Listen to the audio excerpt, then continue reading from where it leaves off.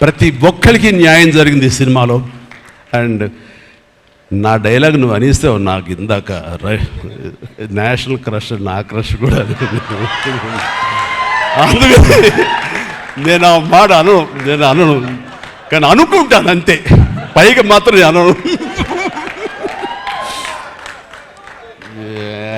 సరే అమ్మా, ఫెంటాస్టిక్ అమ్మా నువ్వు. అండ్ ఇప్పటిగా తన ఫస్ట్ సినిమా హీరోయిన్గా వచ్చినప్పుడు ఆ సినిమాకి ఇలాగే నేను గెస్ట్గా వచ్చాను. ఆ రోజు నుంచి తనని అబ్జర్వ్ చేస్తుంటే నటనా పరంగా కానివ్వండి, తన ఇమేజ్ పరంగా కానివ్వండి, day by day film after film ఎక్కడికో వెళ్ళిపోయింది. ఇది నేషనల్ క్రష్ కాదు, ఇంటర్నేషనల్ క్రష్ అయిపోయింది అమ్మాయి.